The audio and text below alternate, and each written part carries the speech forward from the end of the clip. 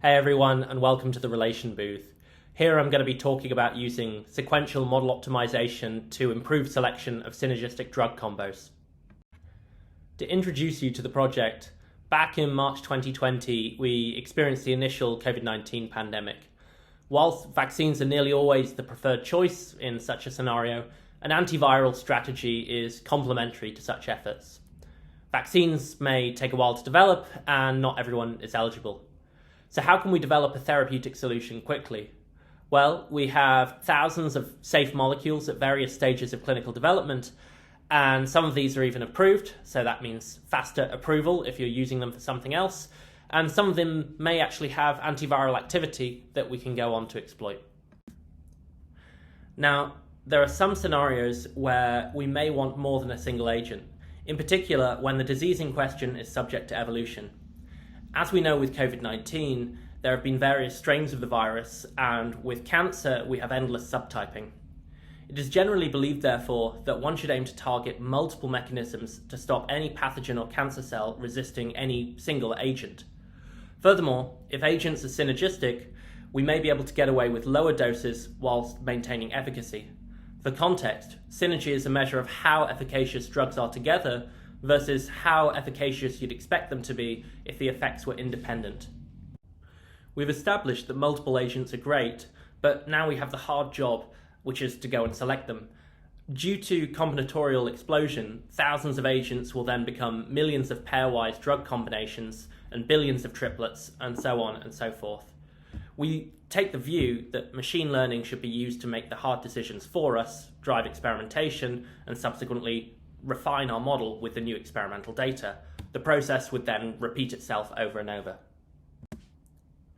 So, now back to March 2020, COVID-19 has just started, and we managed to put together a proposal with the fantastic team at MILA that ultimately ended up in front of the Bill and Melinda Gates Foundation. This proposal, of course, was to build a machine learning solution to power such wet lab, dry lab integration. Key properties of such a system would then include balancing between exploration and exploitation. So the model has to both improve its ability to predict synergy whilst also selecting highly synergistic drug combos. Here is a diagrammatic overview of the Recover workflow, and I should just highlight a few key aspects. On the modeling side, we built a symmetric deep learning model that takes in representations of drugs and generates a prediction of the synergy score. Let's note here that there's no difference between drug A plus B versus drug B plus A, so thus we need a symmetric architecture for good practice. A key element of any active learning or sequential model optimization pipeline is uncertainty prediction. We take an ensembling approach to this end, i.e. we have lots of models that are trained from scratch each round using different initializations, and then that creates a distribution over possible synergies. We then have to, of course, choose what experiment we're going to do, and we take an upper confidence bound approach to doing this, and this is known as an acquisition function. From an experimental perspective, we create a dose-response matrix for every combo that we select, and we calculate the max Bliss synergy score over this. This score is then fed back into the machine learning, and you should check the preprint on arXiv for details. And then finally, any new data generated is fed back to expand the original training data set, and the whole process repeats itself. To show our approach worked, we performed a proof of concept study, back-testing with publicly available data before performing our own prospective work. Here is a quick summary of one of those publicly available datasets, the Almanac dataset. Note in particular panel E, whereby we see a complementary resource, the O'Neill study, actually correlates very poorly with Almanac. Whilst there are subtle differences in experimental setup, it does suggest that we probably can't combine resources, and this may be problematic, but more on that later. Using the Almanac dataset, we were able to perform some rigorous benchmarking.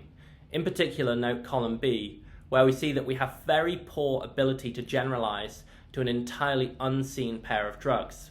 Whilst this is a negative result, it's actually very useful as it helps inform experimental design. We then do some additional benchmarking around SMO strategy.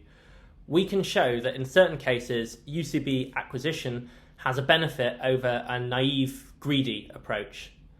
And on the right, I should really point out something kind of cool. So whilst we have weak correlation between the Almanac O'Neill studies, we can actually go and pre-train on O'Neill and then predict on Almanac and then do better than the cold start problem where we learn everything from scratch.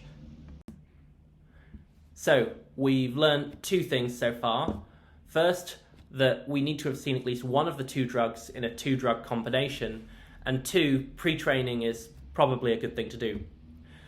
We went and set up some prospective experiments then in exactly this way. I should really stop for a second and say thank you to the Lairson group at Scripps Research who performed these experiments for us. At a high level, we're looking at cell viability assay in MCF7 cells. Measurements are made in triplicate, and the doses used in our dose-response matrix are inspired by what's been reported in the literature. We run 3 rounds of experiments, and please take a second to focus on the plot on the right, and in particular the blue, orange and green lines in the larger plot and the violin plot with the same colours inset.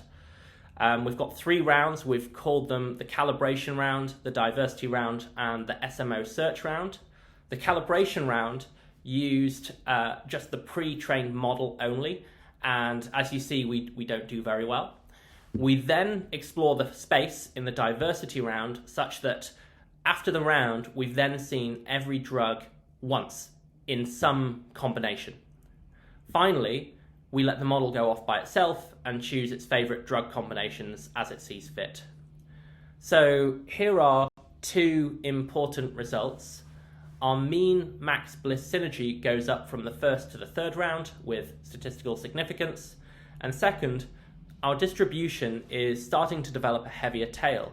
And we can show this by comparing the distribution of synergies with those in the Almanac study. So here is the distribution of synergies from the Almanac study from before, and if you plot these things side by side, and we should really do that, you see that we're starting to develop a fat tail. So what were the drugs we actually found? There's 2 I should really be talking about. First, alisertib and pazopanib are already in clinical trials, so rediscovering those was very encouraging. And second, there's a drug combination we found that actually has the same in vitro effect as the first, but occurs at a lower dose. So I think I've taken enough of your time. We've got more experiments on the way, so please watch this space. In the meantime, you can find our preprint on the archive. Once again, I'd love to thank our fantastic collaborators, including folk like Joshua Bengio, Michael Bronstein, Luke Lairson, and PhD student Paul Bertin at MILA. Stepping back, this has been a great public benefit consortium I'm honoured to be involved with. It's one of those rare occasions where groups across both academia and industry have come together to share expertise and tackle a problem that's incredibly important for drug development and global health alike. Beyond this, there's lots of other exciting news about Relation coming up, so please watch this space.